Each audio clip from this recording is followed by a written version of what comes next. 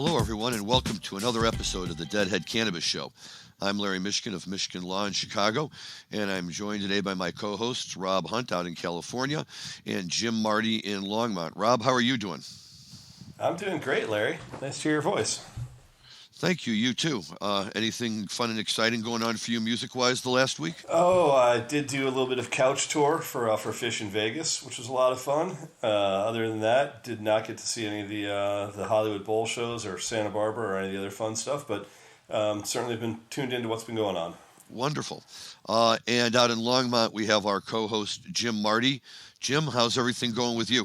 Very good. It's post-election time here, so we have a little political news to talk about and some great clips, and we'll talk about Dead & Co. Hitting Red Rocks this past October 20th. So we got some good clips on that, and I'll be able to do some reviews of the four shows that we had here in Colorado with Dead & Company, and a little update, maybe along with Rob, of the Vegas phish shows. Excellent. Okay, well, why don't you lead us off with what's going on out in Colorado right now? Well, we had Proposition 119 failed mightily, a big victory for the cannabis industry. I think the margin of victory was about 8 points, 46 to 64. And a lot of heavy advertising leading up to the election day, November 2nd. As we like to say, politics makes strange bedfellows, and heavy advertising by conservative groups, past Republican governors, doing airtime, promoting this. But I guess the voting public in Colorado was not in a taxing mood. All three statewide tax initiatives failed mightily here in Colorado. So big victory for the industry. There's been a lot of news here in Colorado in the papers and all. But I guess the public has decided that marijuana is just not the golden goose that they can keep taking the golden eggs from. So good news there. Okay, well, it's nice to spread the pain around a little bit, right? We don't have to put everything on marijuana's shoulders. Yes, we're already paying about 21% at the cash register for sales tax. This would have boosted it up above 25%. So definitely would have made people think, it would have promoted the illicit market.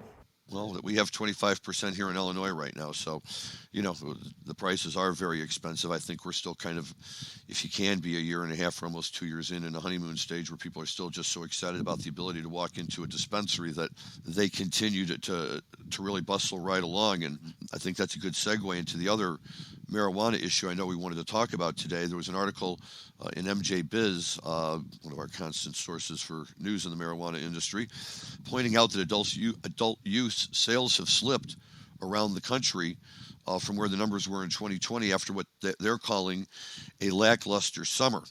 And I was a little surprised to see that because in Illinois, we're chugging right along. Last year, the industry did $1.2 billion. This year, they're on pace for $1.4 billion, which we're very excited about. But I was wondering what about you, Rob? What are you seeing out on the West Coast in terms of the market? What are you hearing from the people you're working with? What I'm seeing is that the public is still using as much cannabis as they ever have. Now, the question goes back to 25% sales tax rates. Where are they accessing that cannabis? I don't think there's any question that the consumption rates across the country remain very, very steady. It's just a question of whether or not you buy an eighth for $60 across the counter of your local store, or you buy that same eighth for $35 from someone else that's able to supply it to you just as conveniently. And if those are the two questions, then very likely we're seeing a lot of people return to the illicit market, as Jim already suggested, due to overtaxation. Well, I think that's a great point.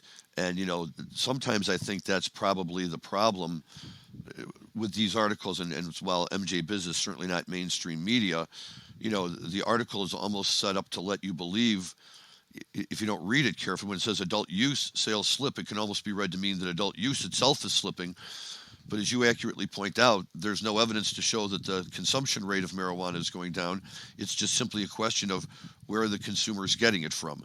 And if the government agencies are going to try to keep sticking more and more taxes on there, then that's going to be a problem. So, in that regard, then that takes us back to Amendment 119. And Jim, I suppose you can tell us what the thoughts are of the the industry leaders out there, and whether you guys have seen a slip in your numbers now, since you guys have had a fairly active market now for 7 or 8 years.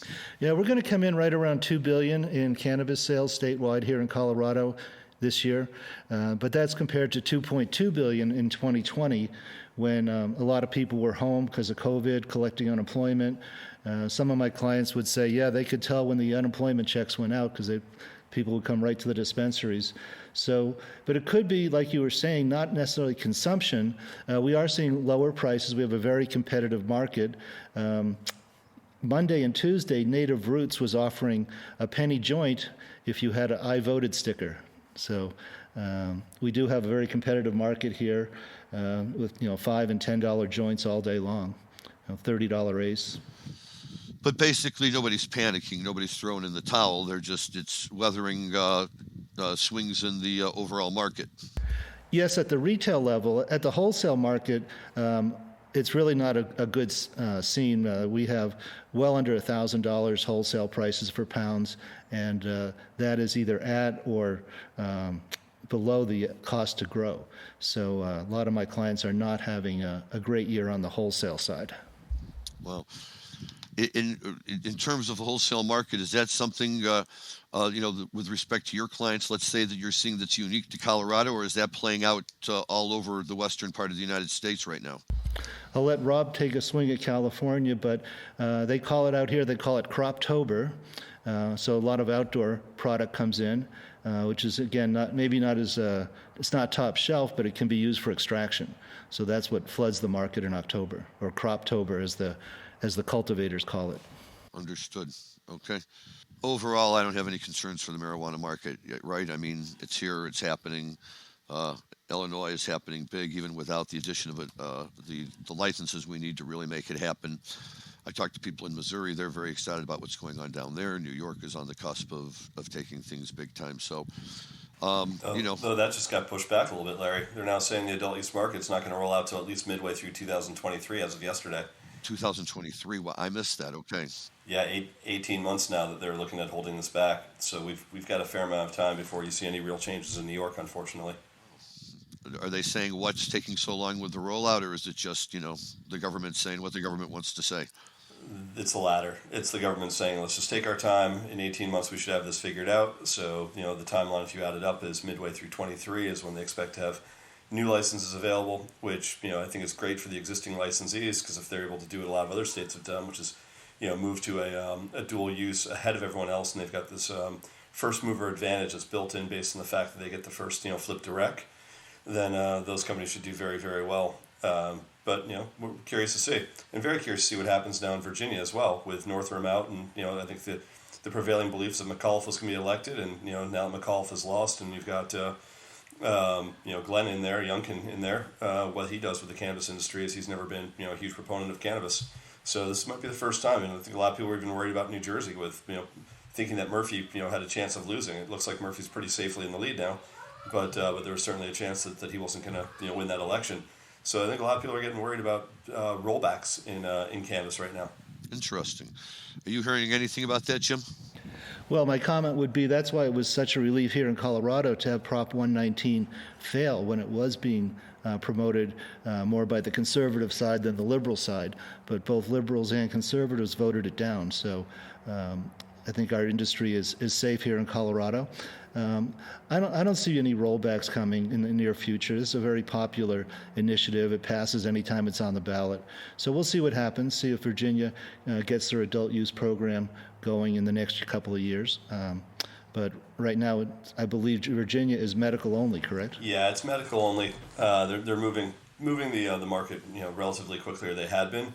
But if you look at what happened today, as soon as the election results were announced, the CEO of Jushi actually sent a letter to incoming Governor Youngkin saying, hey, we hope we're going to be very supportive of the industry. And it was kind of a pandering letter that went out.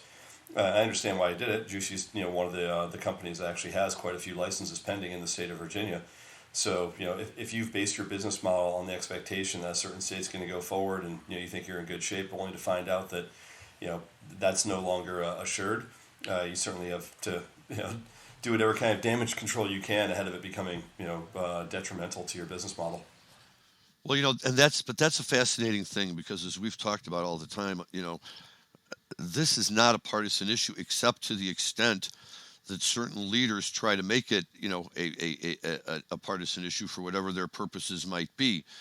Um, and it's I don't think it's so simple to say that, that's just going to be business as usual in that regard because as Jim just pointed out a minute ago, very accurately, these ballot measures passing all over the country, including in what we would consider to be very red states by very large margins. And I think that people in all of these states want access to cannabis and legal marijuana, whether it be for medical purposes or adult use. And it's going to be very interesting to see how long, people can kind of straddle that gap, let's say, between maybe some of those politicians that are, very far to the right and don't really have very much use for marijuana, and the people that they're continuing trying to court as their followers who actually do like marijuana quite a bit. I just don't think you can confuse what the voters want and what the voters pass with what politicians will do. Those are two very, very different things. So, I mean, if you even look at like my local area here in Southern California, the city of Encinitas passed a law, a year and a half ago now, asking for legalized cannabis. And the city now has just decided they're going to push it back another year. It's supposed to be a 90-day coastal commission to provide information as to how they're going to govern it. And now the coastal commission's come back and requested, and they'll be granted an additional 9-month stay for them to actually get information back to the city. And that's being done by design, just to slow the entire process down. So they accept that they have to change the law and they have to move forward, but they're doing everything they can to retard the process. And that's going to happen, in a lot of different areas. And it certainly could happen in Virginia if Glenn Youngkin decides, as the incoming Virginia governor, that cannabis is something that he doesn't support. Then sure, the will of the voters means something, but it doesn't mean nearly as much as what the red tape is that can be put up by the bureaucracy. Yeah, and to follow up on Larry's point, it's not a partisan issue. Look at Oklahoma, a very red state, and they have a total free market. It's almost a free-for-all with all the unlimited licenses, and people who drive through Oklahoma say they can't believe the number of dispensaries and the signs they see all over the state, and that's a very small state population-wise. Very true. So, well, look, either way, it's a sign of the times and something for us to talk about and for our listeners to think about as we slowly but surely make our way into an era of legal marijuana pretty much anywhere you go, which will be nice if we're all still young enough to hang out and enjoy it. But we'll see. Jim, what do you got for us on the music side today? Tell us about what's happening, what you know about Dead & Co.'s performance at Red Rocks, and also where Fiddler's Green, was that the other place they played? Yes, we got 4 shows. I was wondering if maybe it had something to do with the 2 shows that got canceled in Florida, because those 2 Red Rock shows just popped up very late in the fall schedule. They came online sometime in September. So we had 4 Dead & Company shows, and boy, do we have music. How great is it that we have Phish and Dead & Co. crisscrossing the country, playing basically some nights back-to-back in the same venue as they did in California and down by San Diego. So wonderful times if you're a Phish fan, if you're a Dead fan, so much going on. Wondering if the Mexico shows will go on. We have tickets and have booked that, and just got our instructions, very, very tight COVID instructions for Mexico. You actually have to take a COVID test before you can check into the hotel. So we'll see what happens. Definitely, Dead & Co. got a lot of pushback that, that this wasn't really what they had planned to do. But, on the Dead & Co. shows in Colorado, very solid. We got 2 clips from it today to listen to. They're playing really well. Heard very, very favorable remarks on the shows. The only complaint was, I guess, Red Rocks was as crowded as it's ever been. Basically, you couldn't hardly move. The stairs were jammed with people dancing. The sound was excellent. And then I guess of the 4 shows, the best one was the Friday night show at Fiddler's Green, which is an amphitheater in the tech center of Denver. So it's not very, aesthetically nice as Red Rocks, to say the least. It's more, you feel like you're in an industrial center kind of high rises and high tech companies. It's right in the middle of all that. But I guess it was a sugar reef for the ages, and wonderful time for everybody who went. I guess one complaint, though, I did hear about fiddlers. Once again, massive sold-out crowds. One of my buddies, it took him an hour and a half in line to get into the show. There was long lines to get into the show. So that was one thing I heard sort of on the negative side. But musically, it was great. The boys are playing great. And then I guess they headed out west to California after that, did some Hollywood Bowl shows. So, we'll look forward to seeing them back again when they play in Mexico, playing in the sand in January. So, talk a little bit about Phish. Unfortunately, I was not able to attend any of the Red Rocks or Fiddler's Green shows. These are secondhand reports because I was at MJ BizCon out in Las Vegas where we broadcasted from, I guess it was 2 weeks ago now. So that's what's going on.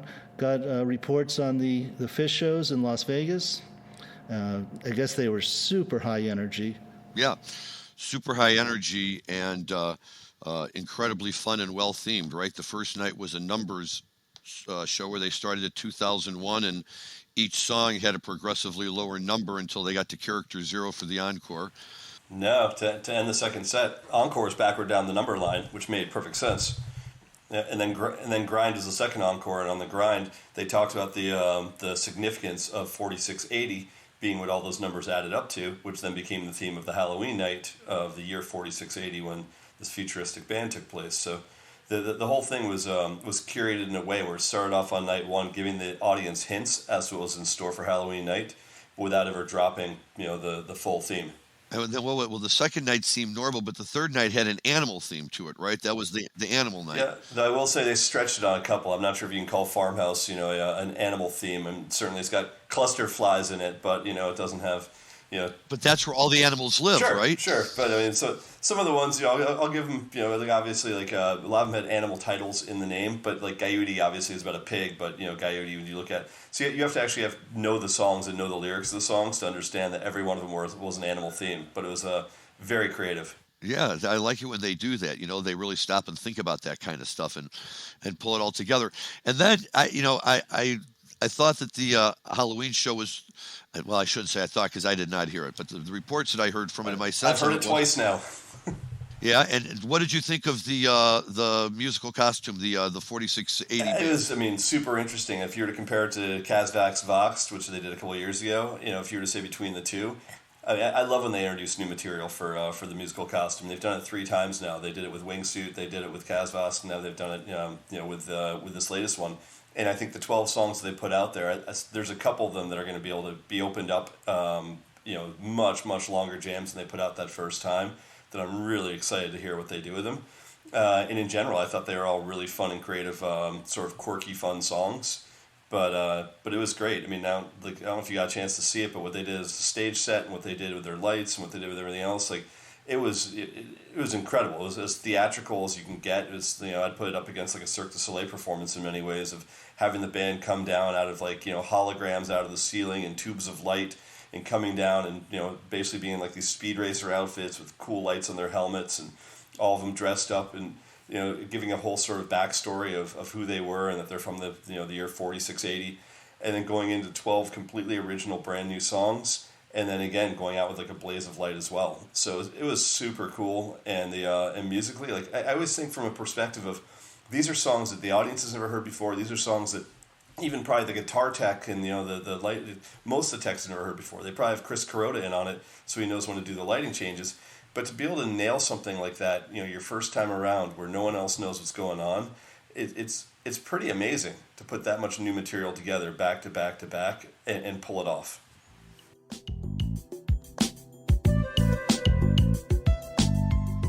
I couldn't agree more. I think it's an incredible feat, to be able to come up with, not just 1 or 2 or 3 new tunes, but a number of tunes, and not just a number of tunes, but a number of tunes that are all more or less, connected to this theme. My son sent me a picture of the comic book that they handed out as the playbill when they went in. And, you see that it looks so cool. And he said it sounded great. And, the whole gang that they were with really, really liked it a lot. And similarly, that some of these tunes will be picked up and, they'll be played on tour and eventually, more, brought into the Phish genre, if you will, in terms of more jams played out and everything. By the same token, I have to say that there's always this wonderful anticipation of, are they going to play X album or Y album or Z album? And as much as I love this stuff, and I do, I'm always a big fan. If they want to come out and play, anything close to what they've done so far with Exile and Loaded and the Wyatt album and Quadrophenia and just, one classic album after another, it's just, I love hearing the way that they really get inside the album and they play the albums true, and they do such an amazing job with that. So I guess it's an embarrassment of riches if you're a Phish fan, right? You're either getting brand new material or you're getting their interpretation of classic material. But either way, it sounded like 4 fun days out in Las Vegas. And that's what it's really all about. Jim, the other thing I just want to say before I throw it back to you is we're talking about the Dead crisscrossing the country with Phish, and that's true. But I was listening to the guys on the Tales from the Golden Road talk about this the other day, more just about Dead & Co. They weren't really talking about Phish. Nobody spends any time really talking about what Phil just did.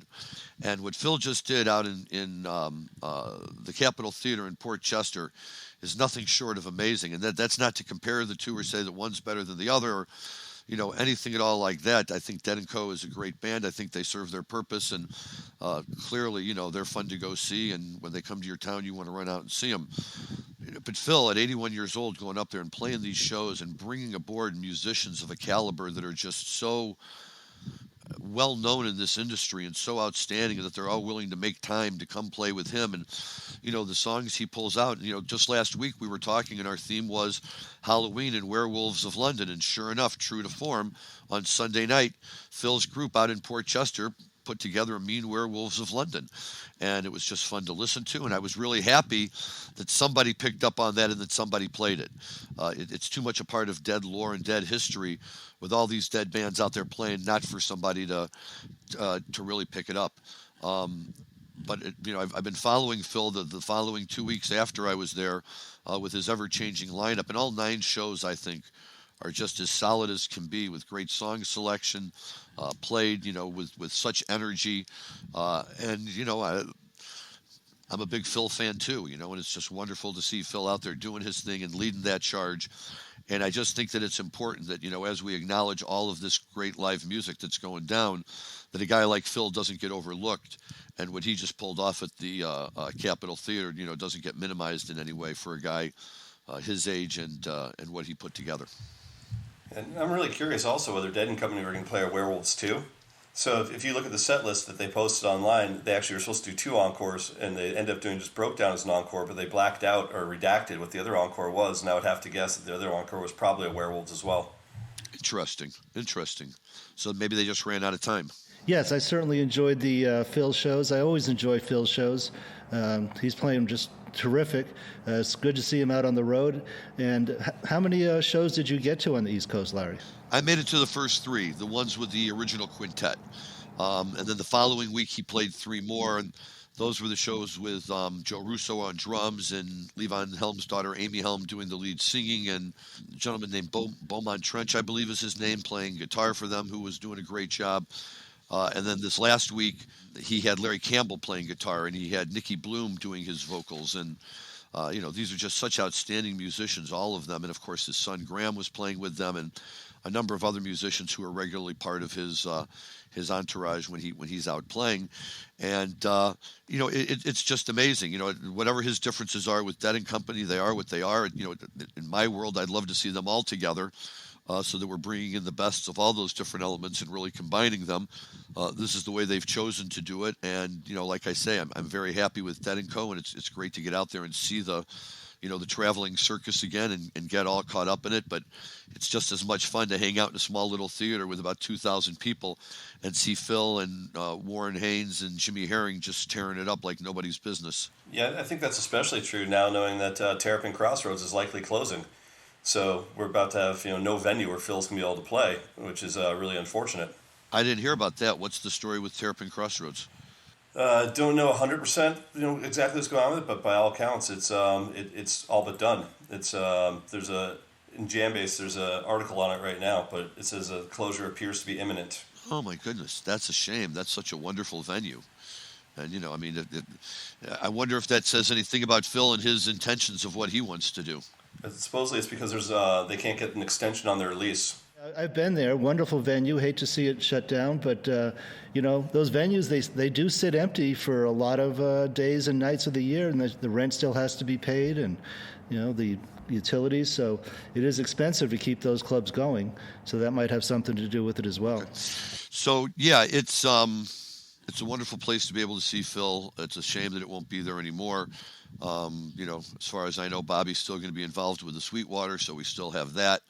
And I'm sure Phil will find a way to get himself in front of crowds of people to the extent that he feels, that he's up to it and capable of doing it. But, it's just always great, every next time you get to see these guys, because you never know when it's going to be the last. Speaking of which, has anybody heard the latest on what's going on with Bill Kreutzmann, who missed the Colorado shows, came back for the California shows, and then one of the California shows, I forgot which one, they said they literally had he had to leave the stage during the drum solo and never came back.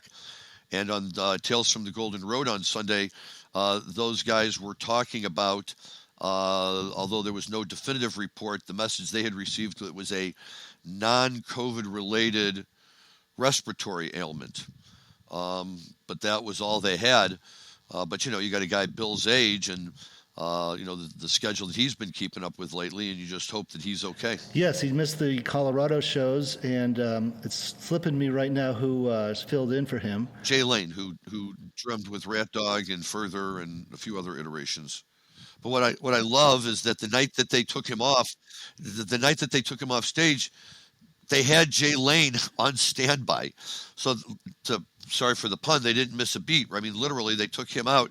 Jay just stepped right in. And, I'm sure people in the audience noticed, but I don't think it had the same impact as Colonel Bruce's farewell. Well, let's hope Billy gets back feeling better and gets back to his drums. So we have a little bit of Grateful Dead history to talk about today. We're going to listen to two of my favorite Grateful Dead songs, Uncle John's Band and Playing in the Band. And if you check out Dick's Pick 16, you'll hear some very early versions of that, very new songs at the time, and still solid pieces of the Dead & Co. repertoire. Yeah, well, that's true. In fact, Dan, why don't you play the first clip? And again, this is from Dead & Co. recently at Red Rocks that Jim was just giving us the rundown on, but this is Uncle John's Band from that show.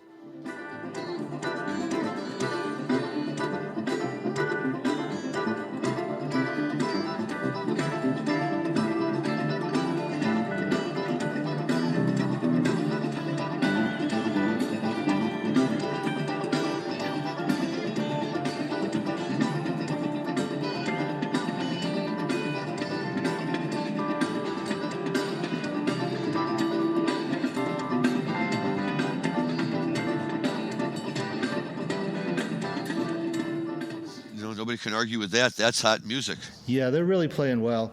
And there's a 15-minute version of Uncle John's Band at Red Rocks.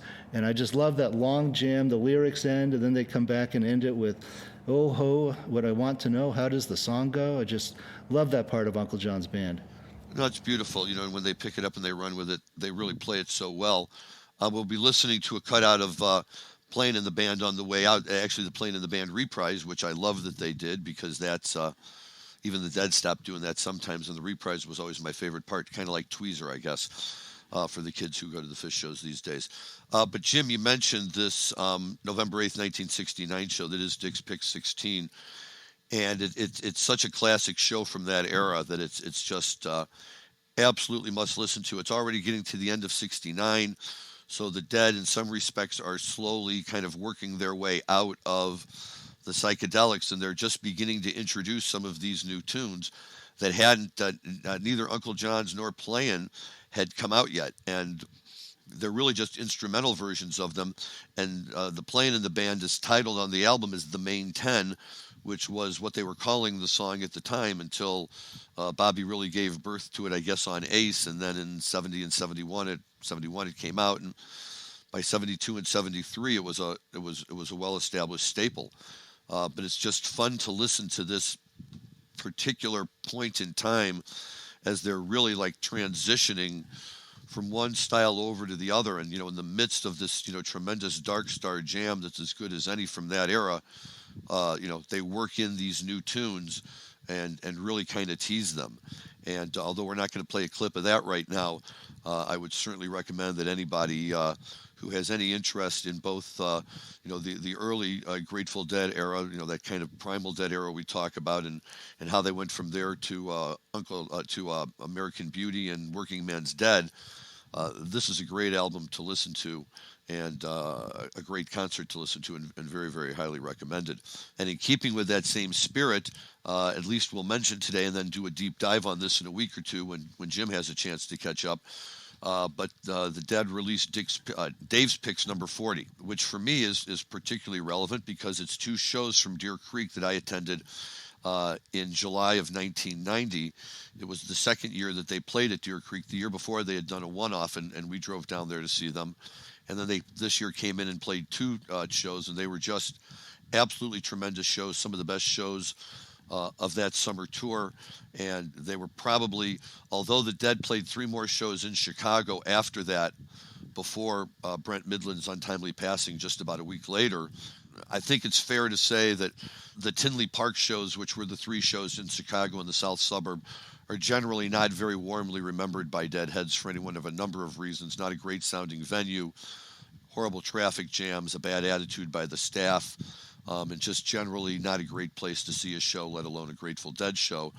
So people really kind of look at these Deer Creek shows, I think, as the last true full-bodied Dead shows, whatever you want to call them, with Brent in there, really making himself heard and present. And, many people would say he was, had finally, after 10 years, found his place in the band and was very firmly entrenched there. And just as he's hitting his peak, he goes out and has this tragic accident and winds up dead, which took us, of course, to Bruce Hornsby and ultimately to Vince Welnick. But it took Brent away from the band much too soon, and I think a lot of people would point to that moment as a time that was kind of the beginning of the end for Jerry, that he had developed a very special relationship with Brent. I think that's Brent's death, which was drug-related at a period of time when Jerry was also dealing with opioid issues, was probably very difficult for him to deal with. And, you can see the performance over the years, although we've talked about a number of strong shows that the Dead subsequently played. I think on balance, by the end of that period of time after Brent's death and as they brought the new guys on, they were still Grateful Dead shows, and I saw a number of them during that period up until the end. But it was never quite the same without Brent. And, he was my guy. I started just immediately after Keith left, so I have no Keith experience, certainly no Pigpen or TC experience. And, for me, my Grateful Dead experience was always built around the band with Brent Midland in there, kind of doing it. Rob, what about you? I know you were a big Deer Creek fan, you kind of straddled that divide between Brent and Vince. Have you had a chance? Well, I'm sure you've probably heard these shows before. I don't know if you've had a chance to hear the Dave's Picks release, though. No, I haven't heard it. Definitely plan on listening to it relatively soon. But yeah, straddling between those two, obviously, it was a big blow to me to not have Brent in the lineup anymore. And I always thought Brent was a far more energetic and brought so much more to the band outside of some Beatles songs than Vince ever did. So. If I'd gotten to see another 20 or 30 Brent shows, I would have been very pleased. Absolutely. And, I think that's just something that, we all feel about, and I remember in the early 1980s when I was first starting out saying, yeah, Brent is good, but boy, I wish I had seen Keith. And by the end, I couldn't imagine the Grateful Dead without Brent and everything that he brought to the table, from Feels Like a Stranger to Little Red Rooster when he would go at it with Bobby over the barnyard chicken duel and everything. And, it was just such fun stuff. And I have, wonderful memories of these shows from Deer Creek. I was there with good friends, and although we don't have videos or, YouTube from that era in life, we do have a friend who actually had a Polaroid camera, so we found some pictures that are always shared among us and probably no further than that. But it was a fun place to be, and it was a really fun time. And it always makes me happy when the Dead release live music at a performance that I was at, because it gives me a chance to go back and really revisit it. And as I listen to it, I hear little things in the songs that, bring back memories of that particular performance, or, why that one stands out as opposed to any of the many other hundreds of ones that I got to see over the years. Jim, what about you? Oh, I have many fond memories. The 80s were really my time with the Grateful Dead. Got to see almost every Red Rock show. I think I missed one between 83 and 87. So yeah, I'd be on down close on Brent's side, listening to him play that big Hammond organ. So I'm looking forward to Dick's Picks 40 showing up in my mailbox in the next day or so. Yeah, you'll be really pleased when it does. I'm already listened to the entire first show. I'm halfway through the second show, and by the time I get home tonight, I'll have heard that one too. But, for me, it's just like you have to listen to it once again just to reacclimate yourself to it. Then you got to really sit down. I've got to wait for like a Saturday afternoon when the house is empty and I don't have a football game to watch, and I can just put it on and really, really dive into it deep. And it's just wonderful to be able to do that. And I love these Dave's Picks. This, combined with the box set, the St. Louis box set having just come out, I've got more, new live Dead music to listen to than I know what to do with. So that's a lot of fun. Well, good. We'll talk about that more next week when I've had a chance to listen to it. So we're going to close out with the outro from the Red Rock show. They did great set list. Playing in the band, into Uncle John's band, a few more songs, and then they finish it with the reprise of Uncle John's band, which is what we're going to listen to now. Yes, the reprise of Playing in the Band, but yes, it's going to come in right here as we leave. It's always fun because, I always say when they remembered to play it, it was always fun. If they forgot and had to play it 2 nights later, it was fun then too. But it's, just a little energetic burst from Bobby at a point, typically after a long space, where it really kind of gives the audience a boost. But before we do that, Jim, good show today. Good stuff that you brought to the table. Thank you very much for that. We'll talk to you next week. Rob, any final thoughts or words? Nope. Just have a great week, everyone, and we'll see you next week. Well, thank you so much as always. And again, this is Larry Mishkin. Thank you all for listening. We will look forward to talking to you next week. Please enjoy this outtake of Playing in the Band from Red Rocks in Colorado just a couple of weeks ago. And as always, enjoy your cannabis responsibly. Thank you.